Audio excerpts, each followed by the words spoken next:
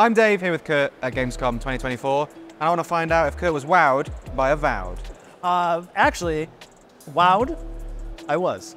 I actually really enjoyed it. I had about 45 minutes to an hour with it, and basically, Avowed is Obsidian's kind of attempt at doing a first-person action RPG, fantasy RPG specifically.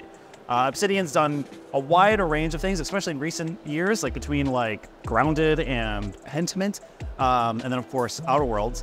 This feels like a very cool natural progression and attempt at taking a formula that could be tried and true, especially with the Elder Scrolls games, but giving it that Obsidian sprinkle, if that's a thing, a little mist.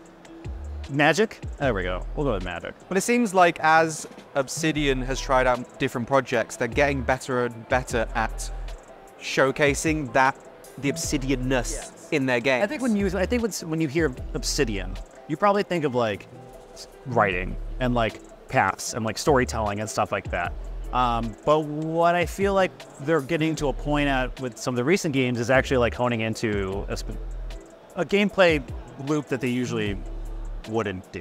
And I feel like this game, in a lot of ways, is actually offering solutions to certain gameplay styles that I don't think other RPGs have really offered in what they do, especially first-person action, especially with magic and stuff. Yeah, the way you described the Mage class specifically was really interesting. So it's not quite like you said, the normal sort of first-person Mage experience that a lot of other games have offered over the past few years. When I think of, for me, the most, connective tissue is I think of Skyrim or an Elder Scrolls game and how you would play a magic character or warlock. And when I think of that, I just think of hands out, just stuff exploding from your hands, and you're literally just running backwards while you're just shooting magic at something.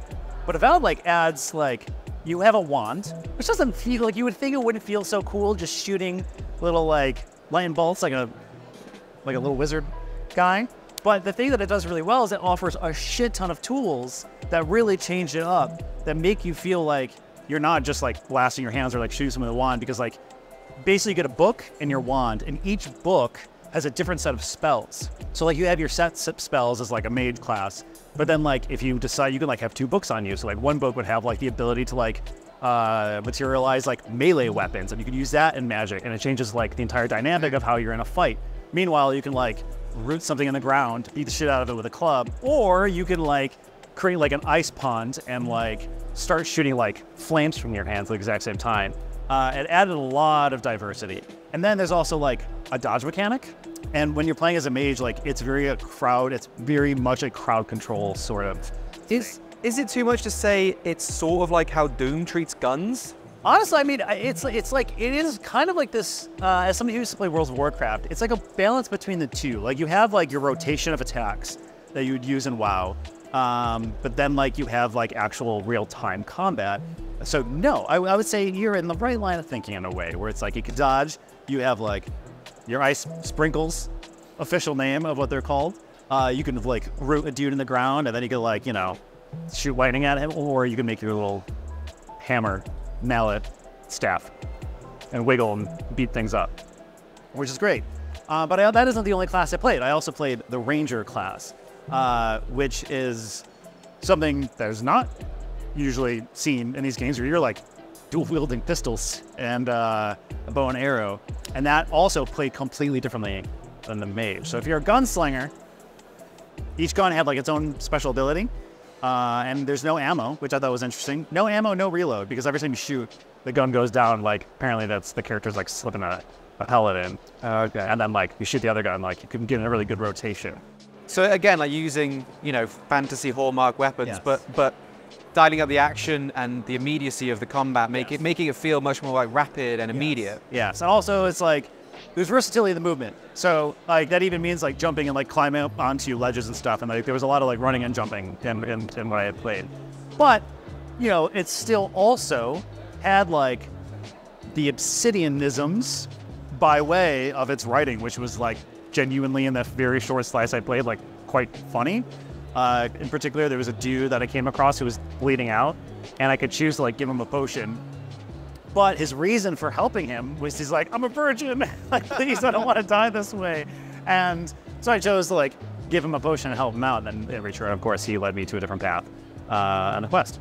Did you see the alternate version of what happened? It's great. So you let the guy die? Well, so not on purpose. That's the thing I really... That's something I will say. No. This is actually what I really dug. It's like, the more the second time around, I decided to like, just not immediately heal him and see where it would go. But the more he talks, the more he's bleeding out and dying. And just mid-conversation, he just died right in front of me. And then my companion, Kai, was just like, oh, all right, I guess we got to figure this out on our own. And then, you know, took us down a similar path, but still like a completely different sort of experience. Because usually if you're in a traditional RPG, you might find someone who's bleeding out. Yeah. Oh, I need a potion. And you can go away for an hour to find the potion and then come back. Yes. But again, it seems like that it's another element that seems to be playing on a new feeling of immediacy. Yes. Like even within the writing of the quest, you need to make a decision now. You need to cast this spell now. You need to heal them now, or it's done. It's like making you think quicker and more rapidly, and not, you know, having the quests. Everything, it felt very organic, and like I think that's like in a post Baldur's Gate 3 sort of like moment. Where I feel like everyone has a microscope on like how people are doing like RPGs and choose your own adventure style things.